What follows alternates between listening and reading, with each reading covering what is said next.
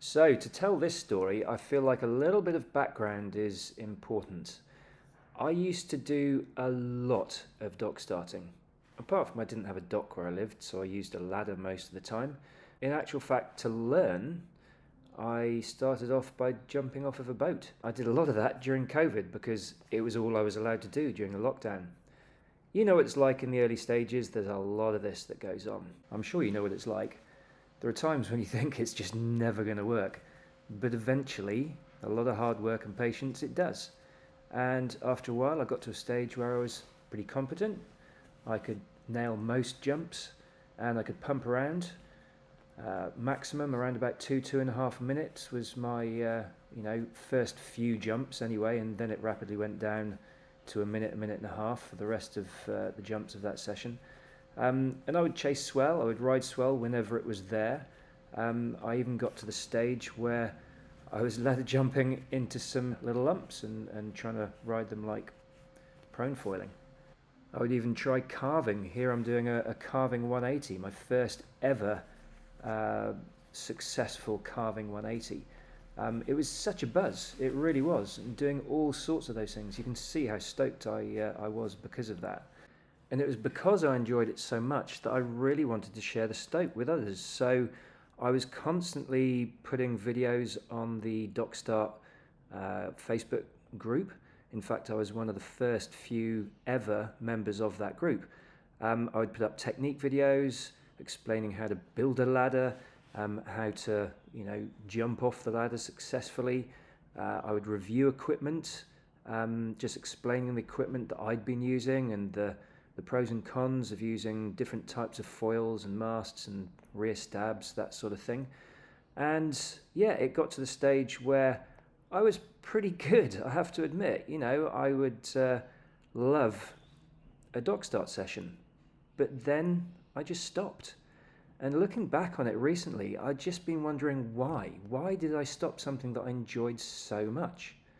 Well, the answer's fairly simple, but before I go any further, I want to make it perfectly clear that this is not meant to be a video that's criticising dock starting in any way at all. It's not. I still dock start occasionally, and I still really enjoy it when I do. But I'm now using foil drive in a way that helps me even more than dock starting can at this stage in my sort of foiling journey anyway. And just like I used to share all of my experiences with dock starting to try and help other people, I thought it was about time I shared how I use foil drive in the way that sort of has taken over from dock starting for me, in the hope that it's going to be useful for some people, just to show you what it can actually help you with. I think you might be surprised. So let's check it out. So what's changed now that I'm using foil drive? Well, funnily enough, I'm still doing a hell of a lot of pumping. In fact, I'm doing way more pumping than I ever did just through dock starting alone. In fact, my time on foil has increased just exponentially. One of the main advantages of using foil drive is that you can get up on foil from absolutely anywhere where you are on the water. You don't need a dock, you don't need a ladder, you don't need a rock or anything at all. Just a prone board, foil drive, and a foil appropriate for your weight. Now I can imagine a lot of you are watching this part of the video going, hang on, he's not pumping, he's just e-foiling. Well, yeah, that's true. But the point is, you can pump whenever you like, you can e-foil whenever you like, you can carve around whenever you like. Here I'm ollieing up onto foil and doing a little bit of pump practice. And you can do this to your heart's content. You can carry on pumping for as long as you like if you want to do training, fitness training. You can concentrate on technique. You can just, the choice is now literally yours. So as you're e-foiling along, you just ollie up, high on the mast, pump around, and like I say, the choice is yours. Here I'm just carving around, going back to e-foil, and now doing a proper bit of carving just for sort of enjoyment or maybe just to have a little bit of a rest while my heart rate recovers and my legs just feel like they can cope with a little bit more pumping. And yeah, if anybody tries to claim that foil drive does not give you the same workout, then you clearly haven't tried it. Because like I say, I can be on foil for 10, 20, 30, 40 minutes at a time. Literally just a mixture of pumping, carving, e-foiling, doing whatever, riding swell. You can get to where you want to go without any danger of falling and then having to paddle back to the start point. There is no start point. The start point is wherever you are in the water. So you are literally able to catch a wake, thieve a wake without any worry of, if you ride it too far away from the start point, are you going to be able to make it back without a huge paddle back? It means you're no longer restricted to distance. You can ride the wake as long as you like. Turn off, pump a bit, e-foil a bit, pump a bit more. Like I say, it's just the versatility that full drive gives you. So from my point of view, all of these things, being able to start from wherever you are on the water, the level of exercise that you're getting, the sheer extra amount of time that you are on foil, all of those things for me, and it doesn't end there, all of those things for me make using full drive a bit of a no-brainer. But I would like to state again that this is different to dock starting. I'm not belittling dock starting, but it is a very different type of foiling. So here I'm just going to go into a few of the other things that I use full drive for, and it's very relevant, I think, because I'm still pumping around. I'm still using full drive to get me up onto the foil so I can pump around, so I can chase swell, so I can practice my carving. And let's face it, isn't that why we dock start? We don't dock start and then stop. We dock start so that we can pump around on flat water, so we can pump around to join a wake and thieve it and ride it as far as we can. We dock start so that we can pump out to the wind line and do a downwinder. Now, all of these things are possible with full drive. It just eliminates the need for a dock. So for me in Oman, I didn't have a dock. That's why I built a ladder. I now don't have to worry about taking the ladder with me. I don't have to worry about falling in the middle of the ocean, however far away from the start point, and whether I can get back or not. I admit there are pros and cons to it.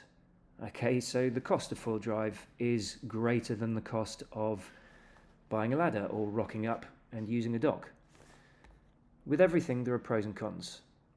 So in this last video clip, I just want to show you a little bit of an example of how I'm using a much smaller foil. Now, I could never dock start with the foil I'm using here. It's the PNG 910 from Axis. I can dock start with the Axis 1310, with the 1300, with the 1150. I can even dock start with the 1010, although my success rate goes down dramatically. The 1010 is about 1450 centimeters squared, same as a Kajira 1440 in terms of surface area. So that sort of thing. I can't dock start with the ART 1099. I can't dock start with the PNG 910, but I can get on foil with those two foils using foil drive on a small prone board, and I can pump around on them. I can carve them. I can, do the usual things that you would be able to do after having dock started. But I wouldn't be able to dock start with those two foils, the ART 1099 and the PNG 910. I've even got up on foil with foil drive on a prone board with the PNG 850 and the BSC 890. Now, yes, it is much more difficult to pump those foils because they're so small. It takes much more effort, much more energy, and you can't pump them for long. Or at least you can't pump them for as long as a big foil. But again, this goes back to the training. It's so much better training to be able to pump a small foil because of the amount of effort and the extra sort of precision in technique that you have to use when you're pumping a small foil. So when you go back to a big foil, it becomes even easier than it was before because that will help you to improve your skills and your fitness. I use full drive to help with pretty much every foiling discipline there is. Prone foiling, downwinding, light wind winging, and obviously as an alternative to dock starting. And that's a point that I really want to put across. It's an alternative to dock starting. I'm not trying to say that full drive is going to take over from dock starting at all. That's not what I'm trying to say. what I'm trying to get across is that, in my opinion, full drive is one of the most versatile tools you can have in your foiling quiver, and it can be used as and when it's needed. And as such, using full drive is right for what I want to do in foiling right now. I fully appreciate that it isn't for everyone, and some people won't want to include full drive within their foiling. Some may even consider it cheating. Yeah, fair enough. I freely admit it. I don't care that I'm cheating. But really, think about it. Who am I cheating? Am I cheating myself? I mean, it's not a competition. I don't think for a minute that I'm having more fun than anyone else.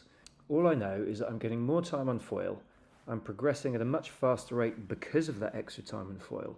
I mean, if I've got literally 1 hour for foiling, then I know, because of foil drive, that I can utilise that time to its full extent. So, hey, if that's cheating, I am more than happy to be a cheater.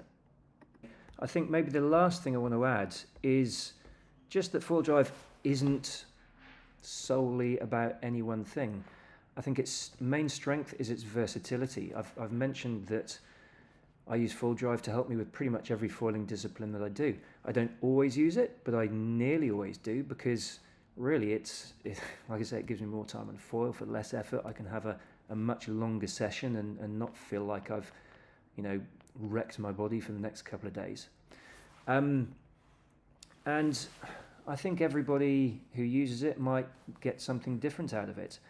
You would be surprised how many of the top foilers are now actually using full drive for, specific things.